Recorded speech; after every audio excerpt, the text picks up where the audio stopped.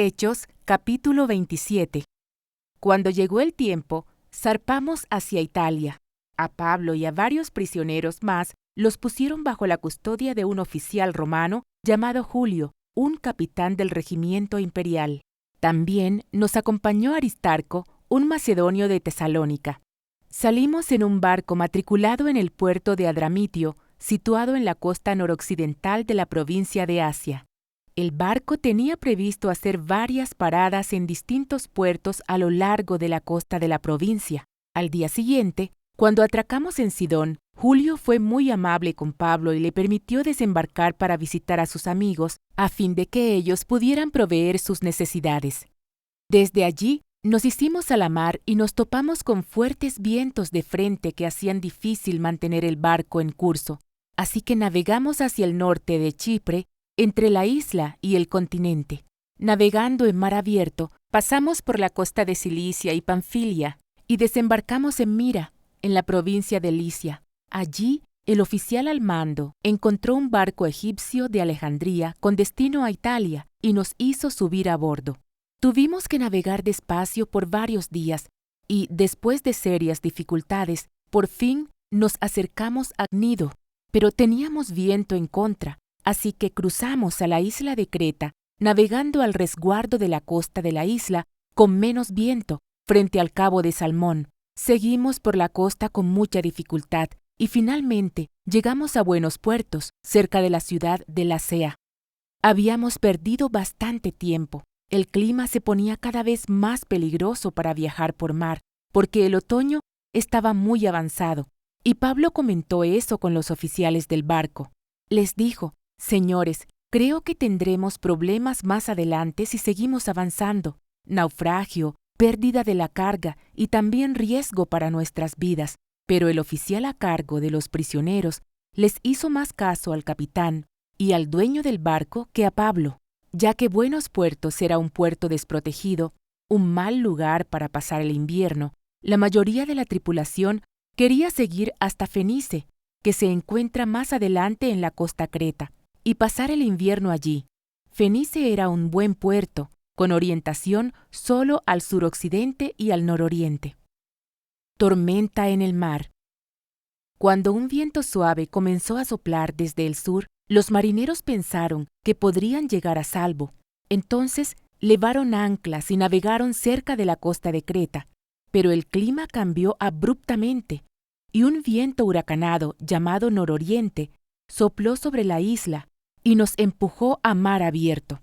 Los marineros no pudieron girar el barco para hacerle frente al viento, así que se dieron por vencidos y se dejaron llevar por la tormenta.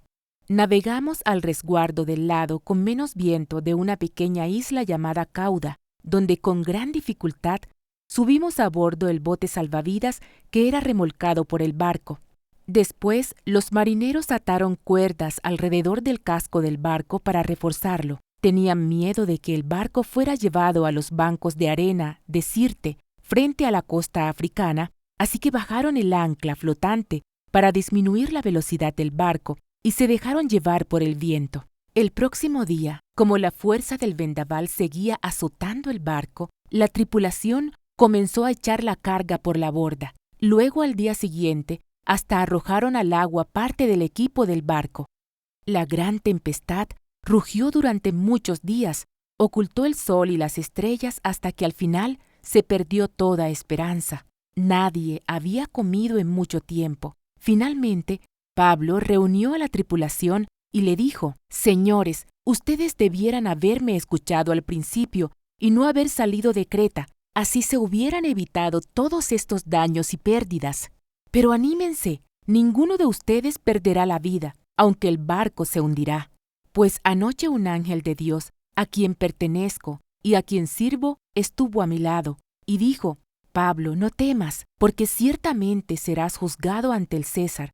Además, Dios, en su bondad, ha concedido protección a todos los que navegan contigo. Así que anímense, pues yo le creo a Dios. Sucederá tal como Él lo dijo, pero seremos náufragos en una isla». El naufragio. Como a la medianoche de la 14ª noche de la tormenta, mientras los vientos nos empujaban por el mar Adriático, Los marineros presintieron que había tierra cerca, arrojaron una cuerda con una pesa y descubrieron que el agua tenía 37 metros de profundidad. Un poco después, volvieron a medir y vieron que solo había 27 metros de profundidad.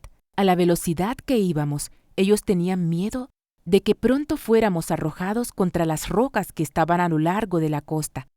Así que echaron 4 anclas desde la parte trasera del barco y rezaron que amaneciera.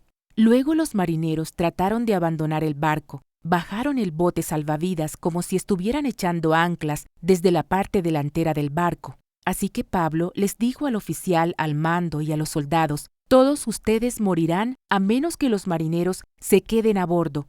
Entonces los soldados cortaron las cuerdas del bote salvavidas y lo dejaron a la deriva. Cuando empezó a amanecer, Pablo animó a todos a que comieran. «Ustedes han estado tan preocupados que no han comido nada en 2 semanas», les dijo. «Por favor, por su propio bien, coman algo ahora, pues no perderán ni un solo cabello de la cabeza». Así que tomó un poco de pan, dio gracias a Dios delante de todos, partió un pedazo y se lo comió. Entonces todos se animaron y empezaron a comer, los 276 que estábamos a bordo.